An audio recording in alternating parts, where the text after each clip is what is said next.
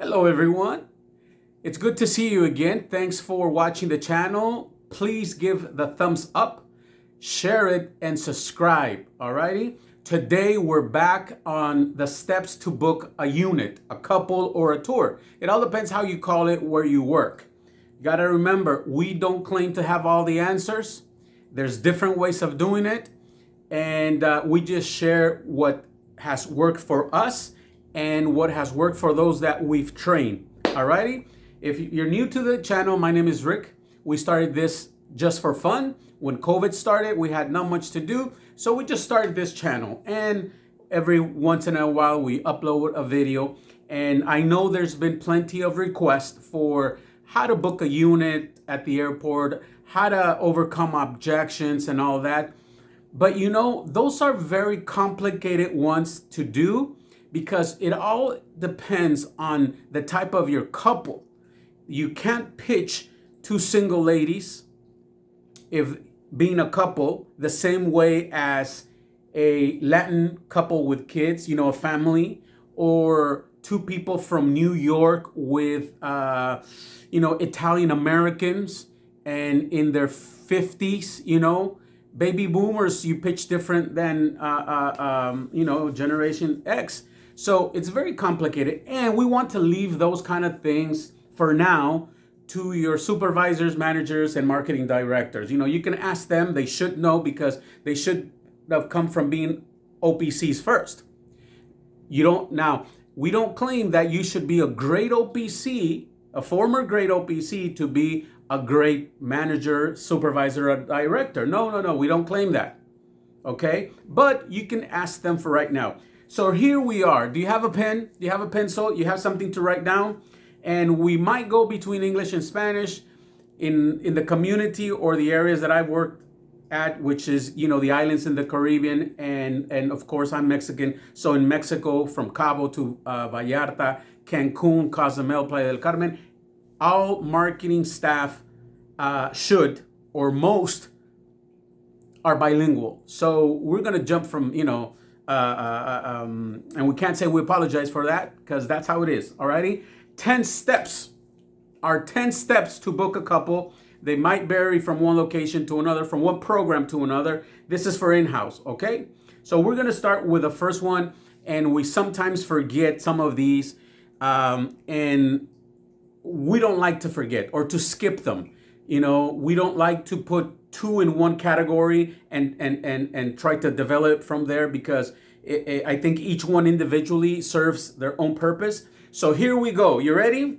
Number one, stoppers. How in an in-house you have three different ways of getting your prospects. If you have a arrival hostess program, the arrival hostess will meet and greet them from the lobby, from where the bellboys are. They'll take them to the front desk, wait for them, and then bring them to the VC or the OPC or whatever your club calls the marketing agent. Okay. The second is that you pick them yourself. You know, the second is you pick them yourself. That's where you need the stoppers. Okay, you're in your desk, you're standing up, and you know it's the peak of the day, you know, the rush hour, and you grab them yourself. And the third is they're coming toward your desk asking you for a certain service or a question. Okay, so those three things. So just in case it's that you're going to bring them, you're going to pull them, you're going to attract them to your desk, you need the stoppers. On the other two, you don't, but you need the stoppers. And we recommend that you do your own list of stoppers depending on your personality and your club. But basically, it's your personality, okay? So it's your personality, your club, and the third is the type of prospect you have in front of you. If they're young, if they're middle age, if they're in the 60, 65, if they're Latin, if they look European, and you want to find out, you know, as a discovery, you can ask, through a stopper, you can start doing some discovery. Okay, we'll get to that. So do your own list. And of course, we can do a video with a list of stoppers for each category. We might do it. Just stay tuned, okay? Tuned. Number two, the meet and greet. The stopper is one thing. It could be funny. It don't need to be funny. you can just ask, with the right attitude, and professionalism. You can just ask someone, if you can assist them. Okay, don't ask them, are you lost? But it doesn't. What I'm trying to say doesn't need to be funny. Okay, but the meet and greet has to be very joyful. That's where you start putting all your energy. So the meet and greet is very important, and sometimes we tend to mix the first three steps. The first one we said is the stoppers. The second one is the meet and greet. The second one, the meet and greet, you need eye contact and a firm handshake. And if you really are not in the distance to shake their hand, at least you can greet them through your body language. Okay, the eye contact is always there, and then you can put your hand in your heart, and do something. Don't bow, but just like, good morning, hi, good morning. The meet and greet, and you have to say your name. Okay, the meet and greet includes that you presenting yourself, who you are. Okay, that's what the meet and greet does. Okay, you let them know who you are. Of course, if there's a sign there that it says that you're vacation consultant, vacation concierge, club concierge, whatever. I mean, information desk. I don't know. Every club is different. They know who you are, but they don't know your name. Okay, so you need to be, in a very friendly way, introduce yourself, meet and greet. Okay, the third one, break the ice. Once they know who you are in your name, they'll be more open to pay clear attention to your breaking the ice. If you notice, sometimes if you don't do the step number 2 and you do a break the ice, people don't laugh to a funny joke. It's fair enough, fairly funny joke, but it's because they don't know who they're talking to. You're just approaching them out of nothing. Okay, you just did a stopper and then you try to break the ice right away, try to be funny. They're like, okay, yeah, but you're concierge, you're in the lobby. They don't expect you to throw a joke at them right away. Okay, you need to do the meet and greet, then you do the break the ice. That's step number 3. Okay, so first step, stoppers. Second step, meet and greet. Third step, break the ice. Now, this fourth step is very crucial and important, and not all the in-houses teach it. Okay, some do, and they're very successful at it. But if you haven't been taught that, you've gotta make it a priority. Step number 4 is service, service, service. That's the way you can win the heart of your guests. Okay, they can pay attention if you're a funny person. They can pay attention if you got a good deal. Once you're into the activities and the converters and that. But if you service them, they'll understand that that's part of your personality. So, the breaking the ice and the discovery and all the other steps, they'll understand that this guy is a nice guy. This girl's a nice girl. It's part of their personality. Why? Because you are servicing them first. The service has to be more important than you getting them into the presentation. When that happens, you're winning their heart. Okay? They'll open the heart. Then by doing that, everything else comes easier. Okay? How you provide service. Number 1, find out their needs. Number 2, their wants and their desires. Okay? When you're serving people, make sure, and write things down so you don't forget, but make sure you're the most professional, the most willing, the friendliest, the most honest, and the most knowledgeable staff member they'll meet at the hotel.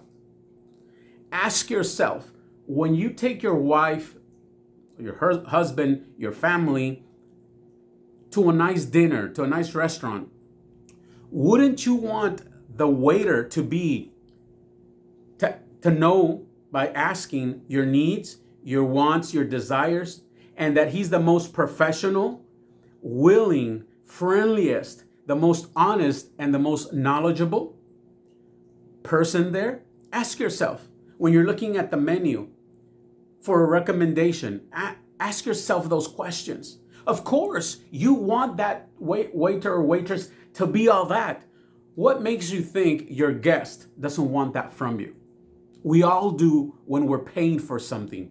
We all do when someone's offering a service or a product or an activity, okay? Number 5, that was number 4. Number 5, discovery. Do a list of your discovery, because sometimes, and I've heard this over and over and over, you get an NQ at the end because you didn't do enough discovery. You spent 45 minutes pitching them for them to tell you that they have family coming in tomorrow at around 11 a.m. and they don't want to commit to anything because they got to wait for them to come in. You just lost your time because you didn't do enough discovery. So make it a priority to do a list of everything that could happen, all the questions that you should ask. At the beginning, you won't have a list of more than 10, 12.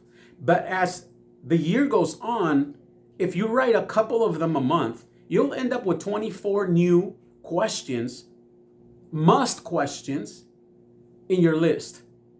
And you're just becoming better and better, okay? Here's number 6. You probably never heard about this one, but for me, it's very important. Number 6, I call it the D.A.Y. D.A.Y, okay? D.A.Y. Like day, just break it down in 3 letters. Number 1 is you have to be very knowledgeable of your destination. Not only of what everybody already knows and can find out through the internet or through their travel agent tomorrow morning when they go to the briefing. You've got to be more knowledgeable than them, than any of these people they're going to meet, especially the travel agent. You got to know more about, let's say I'm basically around the state of Quintana Roo, Cancun, Riviera Maya, Jamaica, and Dominican Republic. Let me give you an example of if you work in Cancun. I would say that less than half of the people in the vacation industry in marketing know about Ekbalam. Not only know where it's at, what is it? Of course, it's more pyramids, more ruins, but have you visited? Did you take notes? It's an incredible site, archaeological site. For me, it's more impressive than Chichen Itza or Tulum, even though that Chichen Itza has a big pyramid. But the knowledge there, it's just so impressive. You just get hooked up on it. And if you learn about that, you can share that with your guests. That's just the destination, right? Activities. Activities is all the excursions. You know the basic ones, but there's some that you would do without a travel agency. You can do on your own, okay? You got to make sure you know them all. I don't think you have a problem. Most of you guys don't have a problem with the activities. You know them well, so I'm not going to spend a lot of time on it. And number 3, it's about yourself. Les Brown says, you have to create your story. And when you pitch more your story than your product, the easier the sell will be. Because you can't modify your product. You're not the owner of it. You can't change the industry, but you can modify your story to be impactful. So make sure you have a great story to tell. I used to tell people when I started in this business, I remember I used to tell my prospects, and some of you guys heard me train on this. I used to tell them, I started when I was 17 in this business, and I used to tell them that when they asked me, and where are you from? Your English is good. I see, my parents got divorced, and once my mom passed away, my dad we came from California, and he really didn't want me, and he left me at the steps of a church. Fortunately for me, I was blessed because Father Luigi took me in. And there was, about 12, 15 other boys and girls there, that were, some came homeless or some, their parents died, So I grew up there. And once I was, age enough, I left and took the opportunity to come over to Cancun and work for a company. And they will relate to that story. Of course, you change your tone of voice, your body language, your eye contact and everything. They will relate to that. And they would ask questions like, is he still alive? Do you still see him? And I would say, well, 2 years ago he passed away. And of course, I went to Mexico City and was present at his,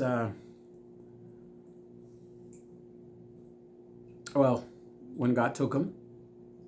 That's just, I'm just doing the body language, the eye contact, the tone of voice. But yes, they would ask questions, they would relate to your story, and they would trust you more. So don't forget to do your D.A.Y, destination, activity, and your self-story. Build your story, okay?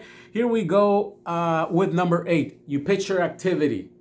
Of course, you know how to pitch your activity because you've been trained and you probably shadow your coworkers. I don't want to get into that, but you pitch your activity. We can do a video of just that, okay? Number 9, pitch the club, the resort's vacation property, club, whatever they call it. Of course, we don't call it a timeshare anymore, but the vacation club, okay? I would say that there's 2 main things that you should worry about when you're pitching your club. It should be part of you. And of course, you gotta repeat, because you become a master at it. And it's 2, okay? Number 1, find out 2 or 3 reasons why a prospect, why that nice family that's in front of you, why they should consider coming to your presentation. And discounts and benefits don't count, okay? Don't pitch discounts and benefits. Okay, the liner will do that, the closer will do that. That's not you. Why should they come? Forget about business and benefits, okay? Find out for yourself and we can do a video on it, okay? And B is the wow factors of your resort or your vacation club. What are the wow factors? Something that stands out from the competition, something that is unique of that hotel or that vacation club, okay? Because if you tell them, oh, we got so many hotels around the world, you think they've never been to a presentation? Do you think they've never seen a website from a travel agency that they can choose any resort around the world? Yes. So forget about pitching benefits and discounts, okay? The wow factors are exclusive to your vacation club or to your resort, okay? Find out. We can do a video on and expand on this, but find out. Now, you want to become great? Not only follow the steps that I'm giving you, okay? And you can modify them depending on your personality, but do the work, starting with do the list of your stoppers. The more you have, the easier it is for you to stop people. And if you normally speak to 20 people a day and you become an expert in 6 months of how to stop people because you've got enough stoppers and your personality blends in with them, what's going to happen is now you're not going to stop 20. You're going to stop 30. And that's 10 a day. You work 6 days a week. That's 60 more people to talk to every day, every week. They're in front of you. Now all you got to do is close them. But if you don't start with the stoppers and then go by, everything I'm telling you, write it down, do your list. You're just going to be average. And average, 85% of the marketing people in the business are average. I would say a little bit below average. And then there's a 5% that is average. And then there's a 6-7% that are good. And there's that 2-3% that are unique, that are stars, that are rock stars. Where do you want to be? Okay, so here we are. That was number 9, pitch the resort, right? Number 10, it's the close, the recap, okay? And that's where we got to close. 5 things you got to remember on the recap, and you can do it in a nice way, but it's better to do it then than to do it have mistakes the next day. Number 1, make sure they show up, that they know they got to show up. Number 2, the 90-minute sales presentation. Number 3, the credit card. Number 4, the IDs. And number 5, they need to know it's a sales presentation. And you'll be a successful marketing guy. Have a good one. See you next time.